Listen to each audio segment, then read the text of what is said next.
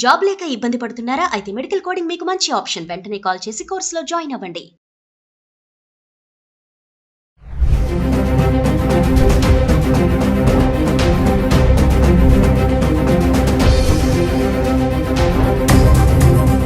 Hello weavers, welcome back to our channel. ప్రస్తుతం మనతో పాటు ఉన్నారు 25 ఇయర్స్ నుంచి అమెరికాలో ఉంటున్నటువంటి ఎంఎన్స్ ఎగ్జిక్యూటివ్ వీరభద్రరావు గారు. సార్తో మాట్లాడండి. నమస్తే సార్. నమస్తే అమ్మ. సార్, రీసెంట్గా ఒక ఆర్టికల్ అయితే చదివాను నేను.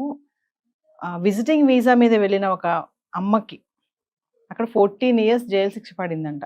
అంటే విజిటింగ్ వీసా మీద వెళ్ళడం ఏంటి, అక్కడ శిక్ష వేయడం ఏంటి, అసలు విజిటింగ్ వీసా మీద వెళ్ళిన వాళ్ళు ఎలాంటి డాక్యుమెంట్స్తో వెళ్ళాలి, అక్కడ అసలు ప్రాసెస్ ఎలా ఉంటుంది, ఆమెకి ఎందుకు 14 ఇయర్స్ జైలు శిక్ష పడింది అంటే ఇది ఒక పెద్ద షాక్లా ఉంది. ఒకసారి దాని గురించి. కరెక్టే, అది నేను కూడా చదివాను news. So first thing first, let's talk about visiting visa. So మీరు అమెరికాలో ఉంటున్న ఒక వ్యక్తి మిమ్మల్ని రమ్మనమని చెప్పి ఒక ఇన్విటేషన్ పంపిస్తూ దాంతోపాటు ఒక ఎఫిడవిట్ సబ్మిట్ చేస్తాం. ఓకే.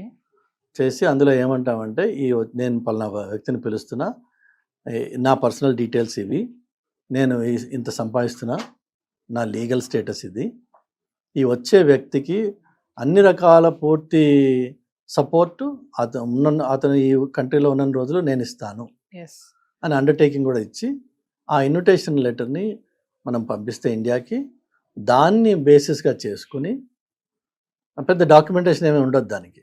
ఎందుకంటే నేను మా అబ్బాయినో అమ్మాయినో చూడడానికి వెళ్ళొచ్చు. జనరల్గా మన వాళ్ళు చాలామంది పేరెంట్స్ వాళ్ళ పిల్లల డెలివరీస్కి వాటికి వెళ్తూ ఉంటారు. అవి చాలా innocent, straight forward, simple things. కానీ మన వాళ్ళు ఇంకోటి కూడా చేస్తూ ఉంటారు. ఒక community particularly, I don't want to name them, but వాళ్ళు ఏం చేస్తారంటే, వాళ్ళకి పెద్ద హోటల్ చైన్స్ ఉన్నాయి.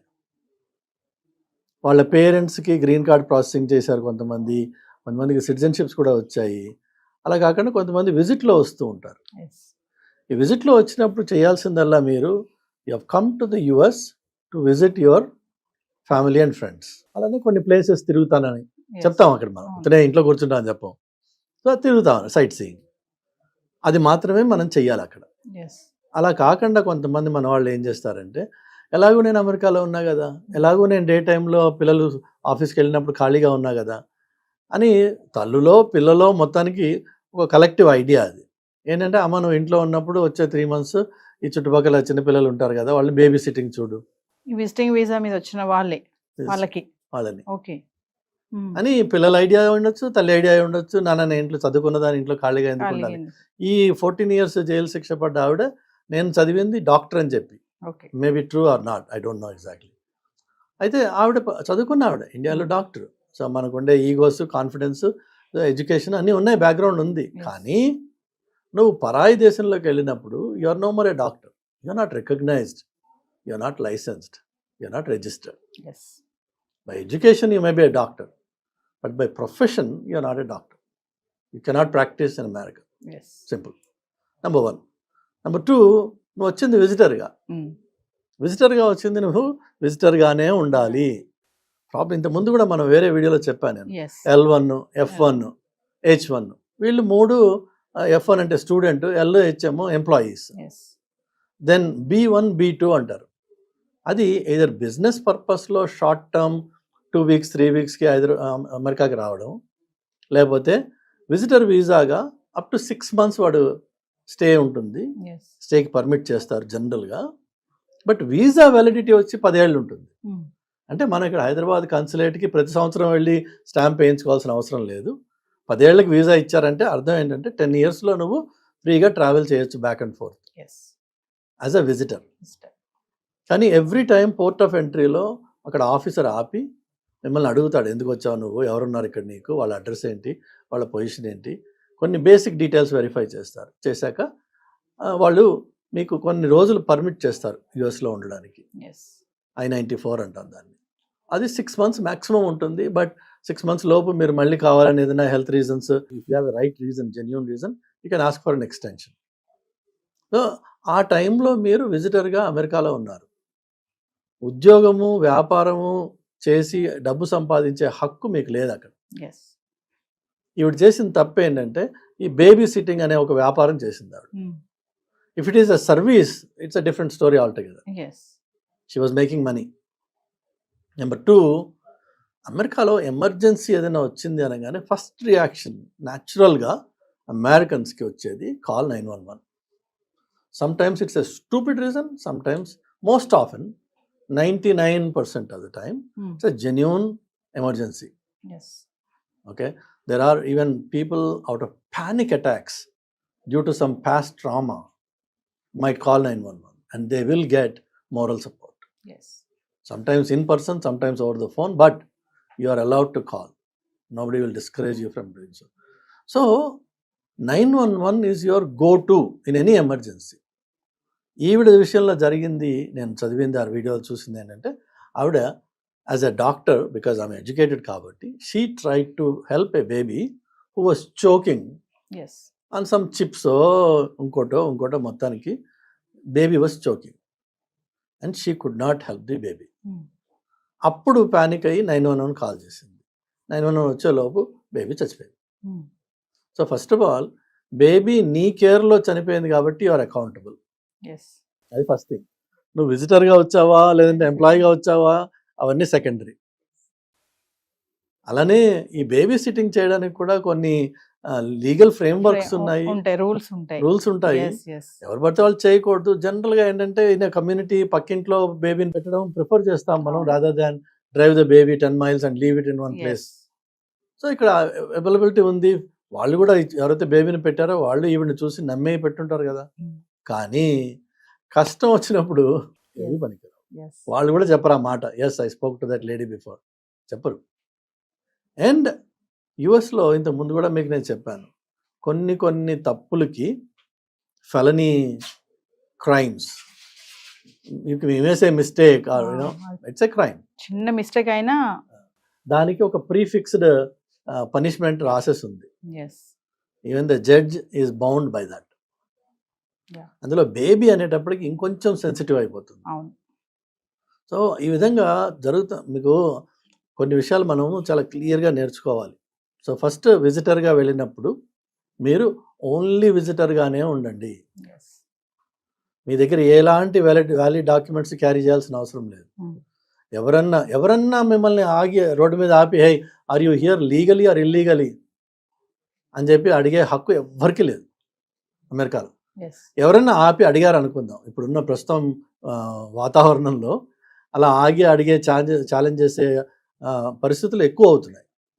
అడిగారే అనుకుందాం, you just have to ignore them and move on. You don't have to engage with them. అది ఆ స్కిల్ మనం నేర్చుకోవాలి. నెంబర్ 1.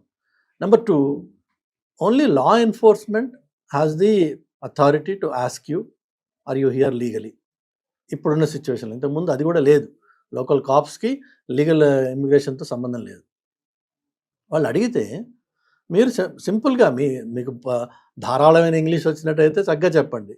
రాని పక్షంలో I am a visitor, my daughter lives in సోన్సో place, ఇంతే. ఐ యామ్ ఎ విజిటర్ చెప్పచ్చు, ఎవరైనా చెప్పగలరు.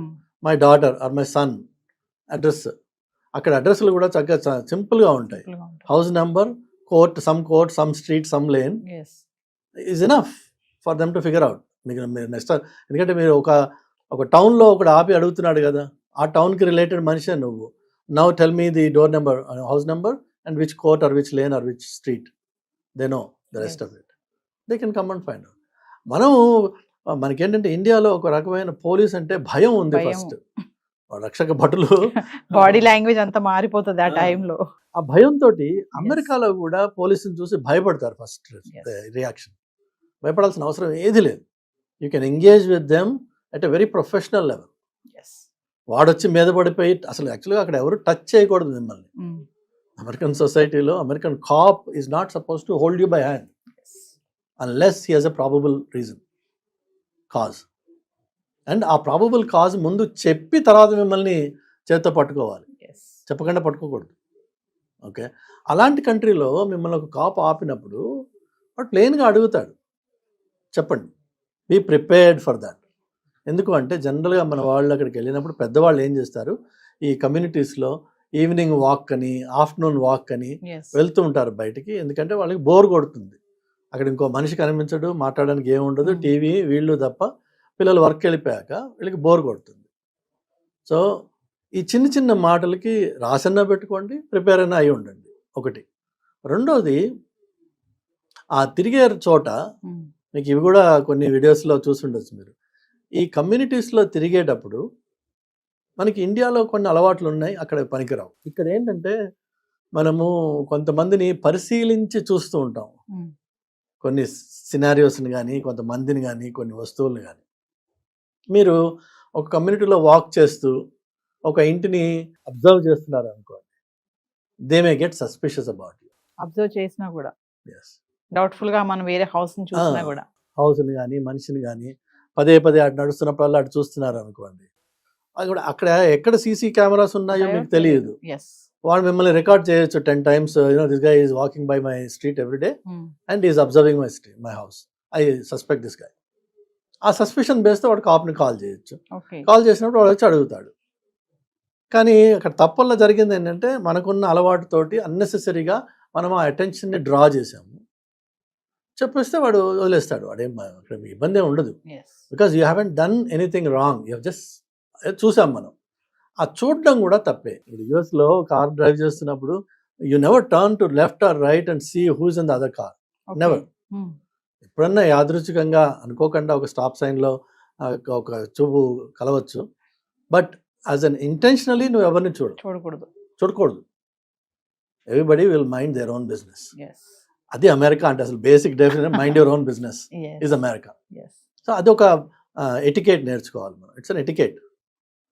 నెక్స్ట్ వచ్చేసి ఈ ఇంటర్వ్యూకి వెళ్ళినప్పుడు అక్కడ ఏదైతే అడుగుతారో ఆ కాగితాలు ఏదైతే మనకి ఇస్తారో keep a copy of that with you. నోట్తో చెప్పే కేపబిలిటీ ఉంటేనేమో చెప్పుకోండి, ఒరిజినల్ మాత్రం మీరు క్యారీ చేయాల్సిన అవసరం లేదు. పాస్పోర్ట్స్ పట్టుకుని 24/7 తిరగాల్సిన అవసరం లేదు. మీకు out of abundance of caution కావాలి, ఒక కాపీ పెట్టుకోండి దగ్గర.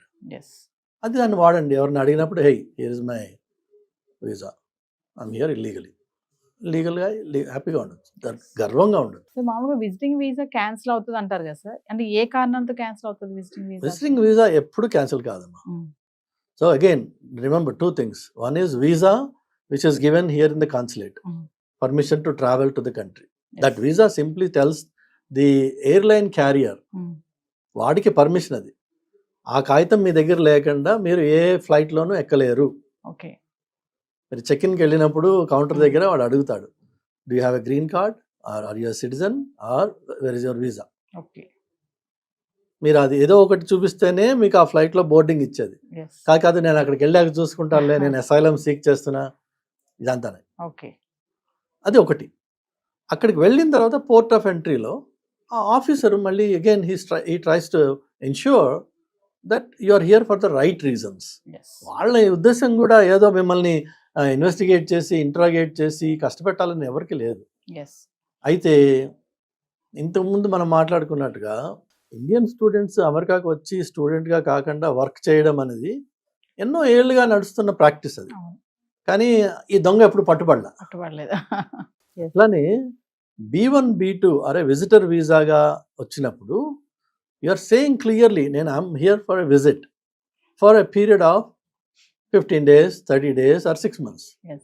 6 months తర్వాత నేను వెళ్ళిపోతాను అన్న నమ్మకాన్ని నువ్వు నాకు కల్పించాలి. ఆఫీసర్కి you have to give him some documentary evidence that I'm planning to leave after 6 months. One of those proofs of my intention is a return ticket. ఇంతకు ముందు గత 3-4 ఏళ్లలో దానికి కొంచెం రిలాక్సేషన్ ఇచ్చారు. ఇచ్చేటప్పటికి మన వాళ్ళు 1-way టికెట్ తీసుకుని రావడం మొదలుపెట్టారు. సో 1-way టికెట్ మాత్రమే ఉన్న చోట ఆఫీసర్ మనం ఎవరినో ఏదో అనుకోక్కర్లేదమ్మా, దానికి మన అనుమానాలు ఆపాదించడం చేయకూడదు. If you are the officer and మీకు ఇండియాలో వేరే కంట్రీ నుంచి ఒకడు వచ్చేస్తున్నాడు 1-way టికెట్ తీసుకుని, వాడికి మళ్ళీ రిటర్న్ వాళ్ళ కంట్రీకి వెళ్ళే టికెట్ లేదు వాడి దగ్గర, ఇమ్మీడియట్గా మీరు ఏమంటారు, ఎరా నాయన ఇక్కడే సెటిల్ అవ్వదలుచుకున్నావా నువ్వు? If you're planning to return in 3 months, where is your return ticket? So అది మినిమం రిక్వైర్మెంట్. అవి లేనప్పుడు ఇంతకు ముందు కొంత సడలింపు ఉండింది, వాళ్ళు అబ్జర్వ్ చేయలేదు, వాళ్ళు ఇన్సిస్ట్ చేయలేదు.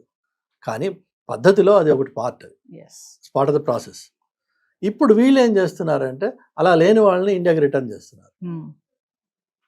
తప్ప మీకు వీసా క్యాన్సిల్ అన్నది లేదు. వీసా క్యాన్సిల్ ఎప్పుడు జరుగుతుందంటే మీరు పోర్ట్ ఆఫ్ ఎంట్రీలో ఆఫీసర్తో మాట్లాడుతూ బ్లేటెంట్గా లై చేస్తున్నారు. ఎస్. కొడుకు బదులు కూతురో, కూతురు బదులు కొడుకో, లేక వాళ్ళ అడ్రస్ అడిగితే మీకు తెలియదు. నువ్వు నీ కొడుకు దగ్గరికి ఎలా వెళ్తావు? నీ అడ్రస్సే తెలియదు. అంటే అవి సరిగా చెప్పకపోయినా అక్కడ మిస్టేక్. అంతే కదమ్మా. కొంచెం తడబడినా సరిగా చెప్పలేకపోయినా ఎవరన్నా మన చుట్టూ హైదరాబాద్ కాకుండా మన పేరెంట్స్ ఈ ఆదిలాబాద్ లో ఉన్నారు అనుకుందాం. ఆదిలాబాద్ లో ఉన్న తల్లిదండ్రులు హైదరాబాద్కి వచ్చారు. కొడుకు కూతురు ఎవరో వాళ్ళ అడ్రస్, ఫోన్ నెంబరో, వాళ్ళ డీటెయిల్స్ తీసుకునే వస్తారా? ఏం లేకుండా వచ్చేస్తారా? వాళ్ళు తీసుకుని వస్తారు కదా. So same thing applies when you're going to America. And that ఒక కొత్త దేశం, నీకు భాష రాదు, వచ్చిందే అనుకుందాం, నీకు ఏం తెలుసు అక్కడ ఏం కనబడతావు నువ్వు? You need help upon arrival, or you need to know where you want to go upon arrival. అందుకనే వాళ్ళు అడుగుతారు. ఇప్పుడు బిజినెస్ వీసా వెళ్ళిన వాళ్ళు ఏమో హోటల్ అడ్రస్ ఇస్తారు. I'm going to stay in so and so hotel, here is my reservation అంటాడు. అలా కాకుండా ఇలా స్పాన్సర్షిప్ చేసినప్పుడు నా స్పాన్సరర్ ఎవరు? నా కొడుకా, కూతురా, మనోడా, ఇంకోటా, బ్రదరా, సిస్టరా, అగో స్పాన్సరర్ సో అండ్ సో, వాళ్ళు ఈ అడ్రస్లో ఉంటారు. వాళ్ళు ఎన్నేళ్ళ నుంచి ఉంటున్నారు? సింపుల్ క్వశ్చన్స్ అడుగుతాడు. దానికి మనం నీళ్ళు నవ్వులాం అనుకోండి, ఆటోమేటిక్గా వాడికి అనుమానం వస్తుంది, నిజంగా చెప్పిన మనిషి వీడేనా కాదా ఏంటి అని. ఆ కేసులో మాత్రం మీకు ఎక్స్ట్రీమ్, అది జనరల్గా జరగదు, కానీ ఎక్స్ట్రీమ్ కేసెస్లో అక్కడ వీసా ఎంట్రీ, పోర్ట్ ఆఫ్ ఎంట్రీలో మీకు డిక్లైన్ చేసే ఛాన్స్ ఉంది. చేసి నెక్స్ట్ అవైలబుల్ రిటర్న్ ఫ్లైట్లో మళ్ళీ కూర్చోబెట్టి పంపించేస్తారు. లేకపోతే ఇంకొకటి ఏంటంటే 6 నెలలు మీకు మొదట వీసా ఇచ్చారు ఒకసారి, మీరు 6 నెలలు ఉన్నారు అక్కడ, అమెరికాకి మీరు విజిటర్గా వచ్చారు, you're a native of a different country. అమెరికాకి చుట్టం చూపుగా వచ్చి పోతా అన్నారు, వచ్చి వెళ్ళారు, మళ్ళీ 4 రోజుల్లో తిరిగి వచ్చారు అనుకుందాం. అప్పుడు వాడు ఏమంటాడు? నువ్వు చుట్టం చూపుకి రావట్లేదు నాన్న, 1 నెల నువ్వు అక్కడ చుట్టం చూపుకి వెళ్ళి ఇక్కడ మెయిన్ బేస్ చేస్తున్నావు, కాబట్టి యువర్ వీసా ఇస్ రిజెక్టెడ్. అన్ని విషయాలు కూడా మీరు చూస్తే these are all common sense based stuff. ఇందులో పెద్ద ఇంజనీరింగ్, సైన్స్, పాలిటిక్స్, ట్రంప్ ఇవేమీ లేవు ఇందులో. పాప అన్నెసరిగా ట్రంప్ని బ్లేమ్ చేస్తున్నారు, కానీ ట్రంప్ ఏమీ కొత్తగా చేసింది ఏం లేదు ఇంకా. So visitors, go as a visitor, enjoy your time, but క్లియర్గా రియలైజ్ దట్ అమెరికాకి వెళ్తే అక్కడున్నవాడే ఒంటరితనంతో ఏడుస్తున్నాడు. ఇప్పుడు మనకేమో వాగే నోరు, కదిలే కాలు. నువ్వు అక్కడికి వెళ్తావు, వెళ్ళిన తర్వాత నువ్వు కదలలేవు, మాట్లాడడానికి మనిషి దొరకడు. ఏమన్నా ఉంటే వాట్సాప్లోను, ఫేస్బుక్లోను ఇండియాకి ఫోన్ చేసుకోవాలి. ఇండియా వాళ్ళు నిద్రపోతున్న టైంలో నువ్వు అక్కడ ఎవడు ఉండడు. టీవీతో టైంపాస్ చేయగలవా? Okay, wonderful. నువ్వు కాలి నడకన నీ కమ్యూనిటీలో తిరగచ్చు, దాంతో ఏం ప్రాబ్లం లేదు. అది కూడా certain parts of the calendar ఇయర్లో. వింటర్లో ఆబ్వియస్లీ ఇక్కడ వాడు అక్కడికి వెళ్ళి ఆడుతూ పాడుతూ తిరిగే ప్రసక్తి లేదు. సో మీరు తిరగలిగింది ఎప్పుడు? Mainly in summer, because spring and fall ఉన్నాయి, కానీ ఫాల్లో అక్కడ చలి, ఇక్కడ మామూలు చలి కంటే 3 రెట్లు ఎక్కువ ఉంటుంది. సో అది కూడా పోయింది మీకు. So summer mainly. ఆ సమ్మర్లో కూడా మీరు ఏంటంటే కాలినడకన మీ కమ్యూనిటీలో తిరగలరు. దానికి మీరు ప్రిపేర్డా అయితే రండి, వెళ్ళండి అమెరికాకి, అది ఎనీ పార్ట్ ఆఫ్ అమెరికా. కానీ అక్కడికి వెళ్ళిపోయిన తర్వాత మాకు ఒంటరితనంగా ఉంది, మాతో ఎవరు మాట్లాడేవాళ్ళు లేరు, పోనీ మేము ఏమైనా ఎక్స్ట్రా సంపాదించుకుంటాం, ఇవి ఉన్నాయి కదా, ఈ ప్రాక్టీసెస్ మానుకోవాలి. నా కొడుకు షాప్ ఉంది, నేను వెళ్ళి అసిస్ట్ చేస్తాను అంటే that is exactly the same illegal students ఏదైతే మనం అంటున్నామో, ఈ విజిటర్గా వెళ్ళిన పేరెంట్ ఆ కొడుకు షాప్లో హెల్ప్ చేసినట్లయితే you also become an illegal immigrant. Because నువ్వు ఇమిగ్రేషన్ ఏ పర్పస్లో వచ్చావో దాన్ని డీవియేట్ అవుతుంది, డబ్బు సంపాదించే పని చేస్తున్నావు కాబట్టి నువ్వు విజిటర్ కాదు. ఆ పని చేయడానికి నీ దగ్గర H1 L1 ఉండాలి. So you're broken the law అని చెప్పి వాడు అరెస్ట్ చేస్తారు. దయచేసి ఆ పనులు చేయకండి, మీకు ప్రాబ్లం ఉండదు. చేశారు, కష్టపడతారు. లాస్ట్ పాయింట్, చాలామంది చాలా లూజ్గా ఫ్రీగా ఈ ఇన్స్టాగ్రామ్లోను, యూట్యూబ్లోను, అలాగా ఇంటర్వ్యూల్లోనూ కూర్చుని సలహాలు ఇచ్చేస్తుంటారు. మనము మన అబ్జర్వేషన్ షేర్ చేయడము ఒక ఎత్తు, కానీ ఇన్స్ట్రక్టివ్గా ఇలా చేయండి, ఇలా చేస్తే ఇలా అవుతుంది అని అమెరికన్ సొసైటీలో మీరు ఇన్స్ట్రక్టివ్గా ఇన్స్ట్రక్షన్స్ ఇస్తూ వీడియోస్ తయారు చేస్తే ఆ సొసైటీలో there are a few things called liability. Okay. You are liable for the statements you make out of your mouth. Yes. You have taken now the role of an expertise. నీకు తెలుసు కాబట్టి నువ్వు నలుగురికి ఈ మాటని ఇలా చెయ్యండి అని చెప్తున్నావు. నీ మాటని ఫాలో అయ్యి వేరే వాళ్ళు దాన్ని పాటించి చేసి దానివల్ల నష్టపోతే they can sue you for the statements and instructions you have shared. Oh. You are liable. Yes. So liability is a big thing in America. Everything liability అంటే ఎంత ఘోరంగా ఉంటుందంటే మన ఇంటి ముందు వాక్వే ఉంటుంది కదా, మన ఇల్లు దాని నుంచి ఒక 15 అడుగులు వెనక ఉండొచ్చు, దానికి ఒక వాక్వే ఉంటుంది, అక్కడ వచ్చి మళ్ళీ ఇక్కడ కలుస్తుంది. ఇందులో ఎక్కడైనా సరే అనీవెన్గా ఉండి ఎవరన్నా కాలు బెనికి లేక కాలు విరిగి పడితే they can sue you. Okay. Because you are liable to maintain that premises in front of your home. That is liability. Next వచ్చేసి accountability. మీకు always, you cannot hide from accountability in the US environment. ప్రతి దానికి ఒకరు, you can always choke one neck అంటాం అక్కడ. మీకు responsibility ఉంది, you are accountable for the actions you take. Okay. Then next thing వచ్చేసి ఇలాంటివి చేసినప్పుడు మీరు కూడా పెడుతూ ఉంటారు, first there is a disclaimer. Yes. ఇందులో ఒపీనియన్స్ వగేరా వగేరా. So disclaimers are another very important thing. Then the last thing is disclosures. నా సోర్సెస్ ఏంటి, అలానే ఏవేవైతే ఎక్స్క్లూజన్స్ ఉన్నాయి ఇందులో. జనరల్గా ప్రోడక్ట్ డెఫినేషన్స్ వచ్చినప్పుడు అవి డిస్క్లోజర్స్ వస్తాయన్నమాట. Yes. So American society is all about liability, accountability, disclaimers and disclosures. Yes. If you don't do it, you are opening up yourself for all sorts of litigations. Yes. One final example ఏంటంటే, మీరు అక్కడ ఇల్లు కొనడానికి వెళ్తే real estate agent మీకు ఒక్క మాట కూడా మీకు అతను చెప్పడు. ఇది ఇల్లు, ఇగో ఈ ఇంటి గురించి డిస్క్రిప్షన్, ఇది చూడండి చూపిస్తాడు మీకు. ఇక్కడ ఈ రూమ్ ఉంది, అక్కడ ఆ రూమ్ ఉంది, ఇవన్నీ చూపిస్తాడు. నెక్స్ట్ వచ్చేసి ఈ నేబర్హుడ్లో ఏ కమ్యూనిటీ వాళ్ళు ఎక్కువ ఉంటారు, పలానా వాడు ఉంటాడా, పలానా వాడు ఉంటాడా. నో కౌంటీ వెబ్సైట్లోకి వెళ్తే మీకు ఆ డీటెయిల్స్ అన్నీ ఉంటాయి, ఓకే. డీటెయిల్గా ఆయన చెప్పరు, చెప్పకూడదు. అదే లయబిలిటీ అంటే. ఓకే. అట్లానే ఇక్కడ స్కూల్ డిస్ట్రిక్ట్ ఎలా ఉంది, is it a good one? No you can go to sounds website, please verify. Okay. You have to do your own homework. వాడు సలహా ఇచ్చి ఆ సలహా మీద మీరు యాక్ట్ చేసి మీరు వెళ్ళి ఇల్లు కొని రేపటి రోజున ఏదైనా అయింది అనుకోండి, is now accountable for what he has done. అలానే హోమ్ ఇన్స్పెక్షన్ అని ఒకటి జరుగుతుంది. సో ఇల్లు కొనే ముందు మీరు ఇన్స్పెక్ట్ చేయించుకోండి. రేపు ఏదైనా డిఫెక్ట్స్ వస్తే you cannot blame anybody, but this inspection report tells you that ఇవన్నీ చేసామేమో, అన్ని బాగున్నాయి. బాగాలేదు, you can walk out of the contract. అదనమాట. సో చాలా వెరీ వెల్ డిఫైన్డ్ సొసైటీ.